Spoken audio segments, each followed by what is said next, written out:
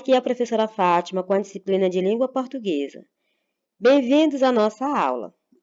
Nosso assunto de hoje é fonemas, encontros vocálicos, sílaba, separação e número de sílabas, classificação, sílaba tônica e encontro consonantal e dígrafo. Vamos iniciar nossa aula de hoje com o assunto fonema.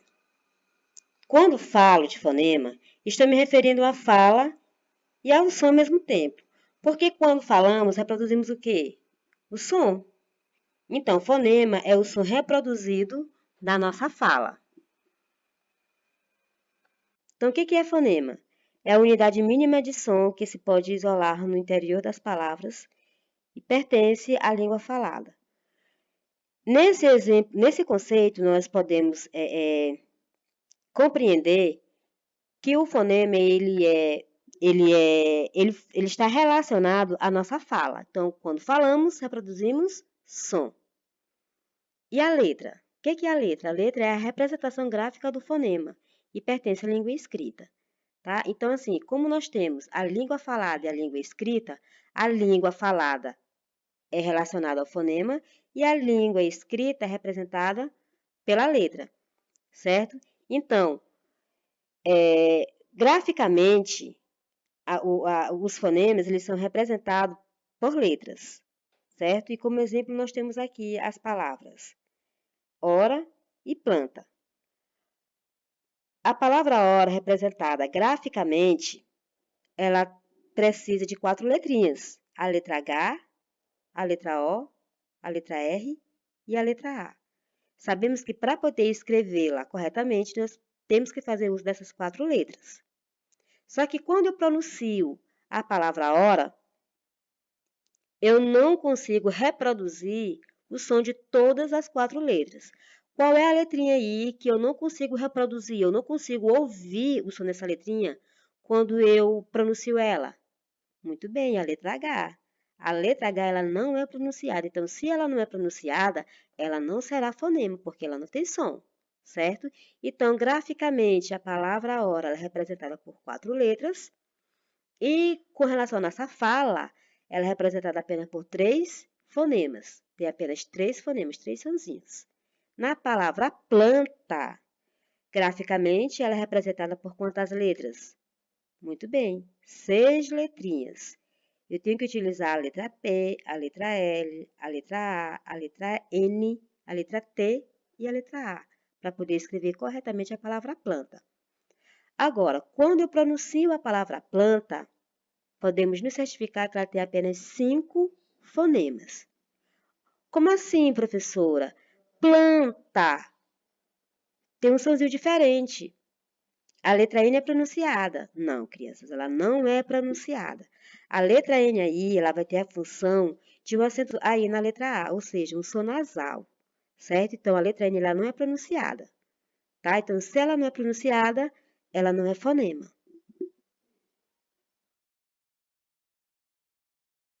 Quando eu falo encontro vocálico, o que isso me faz lembrar? Das vogais, muito bem. São das vogais que nós vamos falar agora aqui, tá? Então, o que é encontro vocálico? É a reunião de 2 ou mais sons vocálicos na mesma palavra. E esse encontro vocálico, ele classifica-se em ditongo, tritongo e hiato. Quando que uma palavra, eu vou classificar ela como ditongo? Quando o encontro de 2 sons vocálicos estiver na mesma sílaba. O exemplo aqui, a palavra beijo, a palavra caixa e a palavra roupa. Na palavra beijo, aonde acontece o encontro vocálico aí? Na letra E e na letra I. Muito bem. Então, se eu tenho 2 vogais na mesma sílaba, logo eu vou ter o quê? Um ditongo. Assim acontece nas palavras caixa e na palavra roupa. Na palavra caixa, o encontro vocálico acontece aonde? Na letra A e na letra I. Na palavra roupa, ocorre aonde? Nas vogais O e na vogal U. Então, 2 vogais na mesma sílaba, eu vou ter o encontro vocálico aí, ditongo. No tritongo, é o encontro de 3 sons vocálicos na mesma sílaba. O exemplo que nós temos aqui são as palavras iguais e Paraguai. Podemos nos certificar que, ao separar essas palavras, na palavra iguais, eu tenho aqui o encontro de 3 vogais, que é as vogais U, A e I. Todas 3 permanecem na mesma sílaba, por isso aí vai ocorrer o tritongo. Assim, na palavra Paraguai, vai acontecer a mesma coisa. O encontro vocálico ocorre aonde?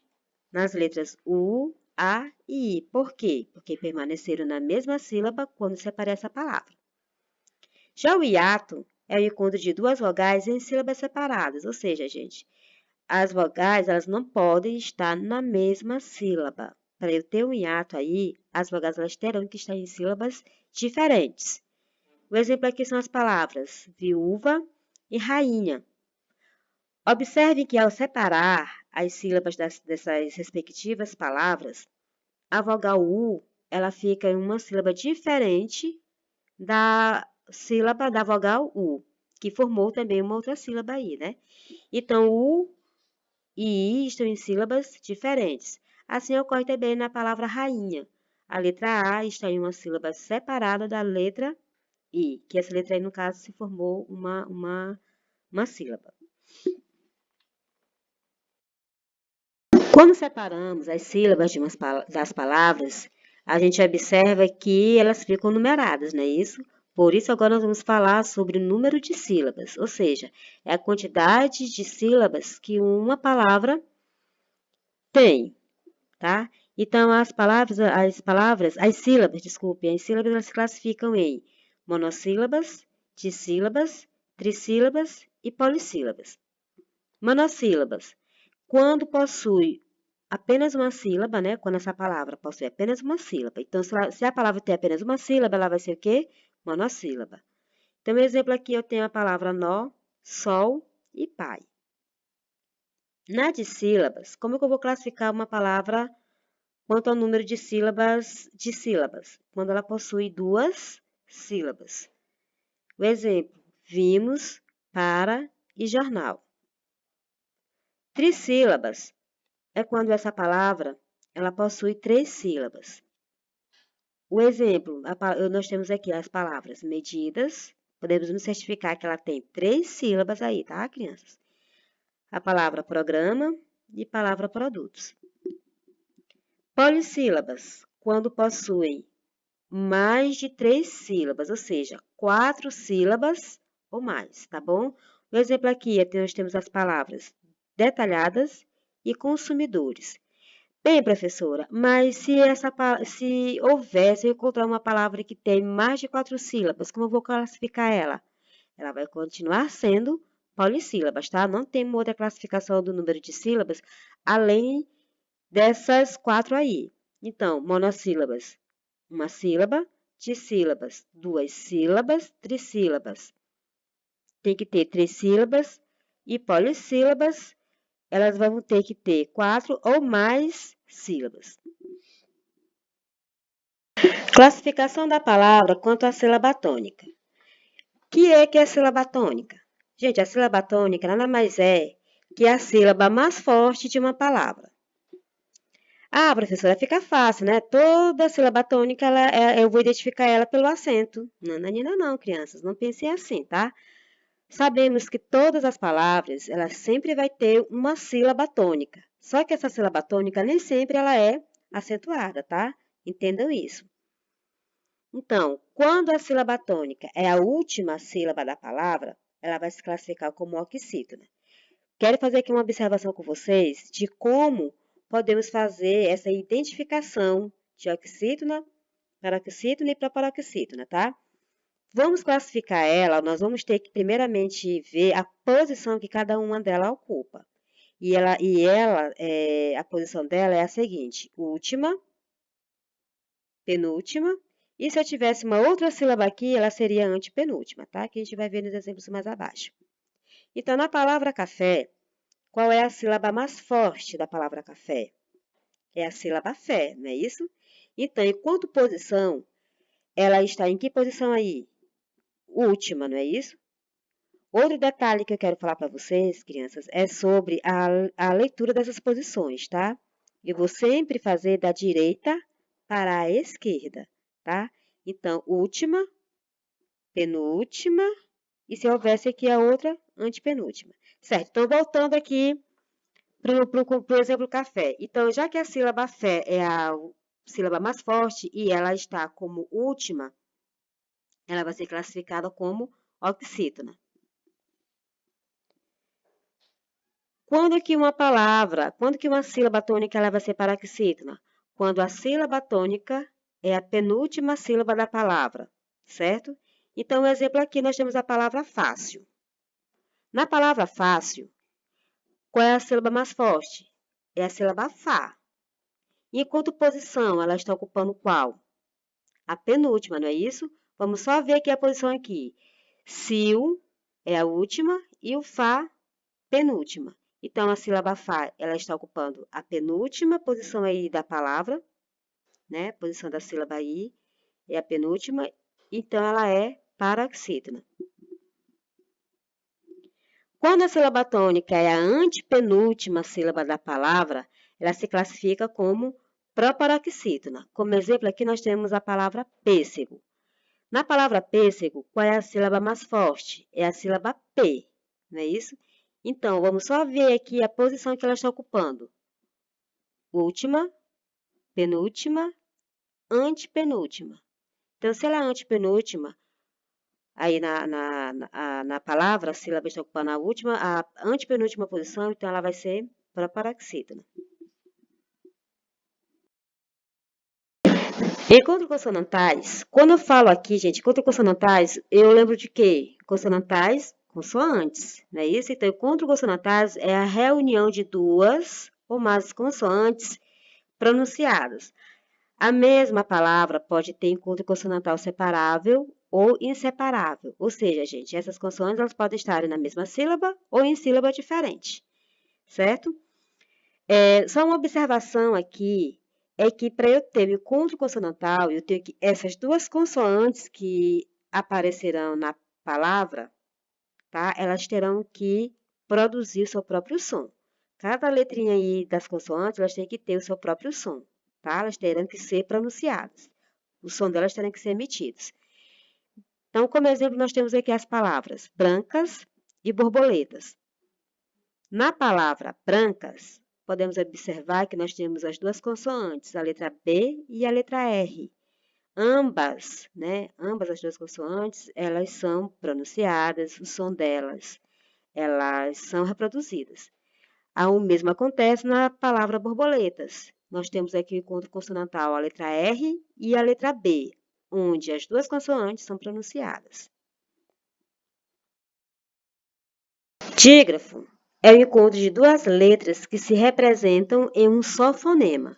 Lembra lá do nosso assuntozinho de fonema, que o fonema é o som que é representado da nossa fala? Então, nós temos que compreender bem o nosso assuntozinho de fonema para que a gente não se confunda aqui na nossa aula de dígrafo, tá? O nosso assunto sobre dígrafo. Então, gente, para eu ter um dígrafo, eu vou precisar de duas letras. Eu sempre vou precisar de duas letras para eu poder ter o dígrafo, tá certo? Então, aqui, quais são os exemplos de dígrafos que são mais utilizados nas nossas palavrinhas?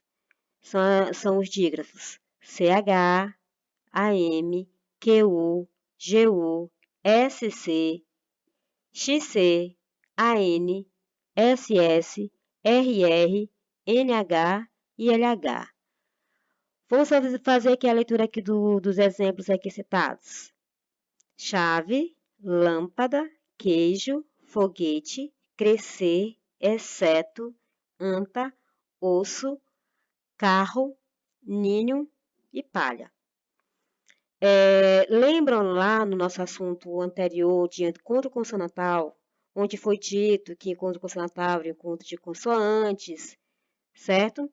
Mas lá foi bem explicado que ela só vai ser encontro consonantal quando as duas consoantes produzem o seu próprio som, tá? Então, aqui na palavra-chave, nós temos também duas consoantes, né? Que é a letra C e a letra H.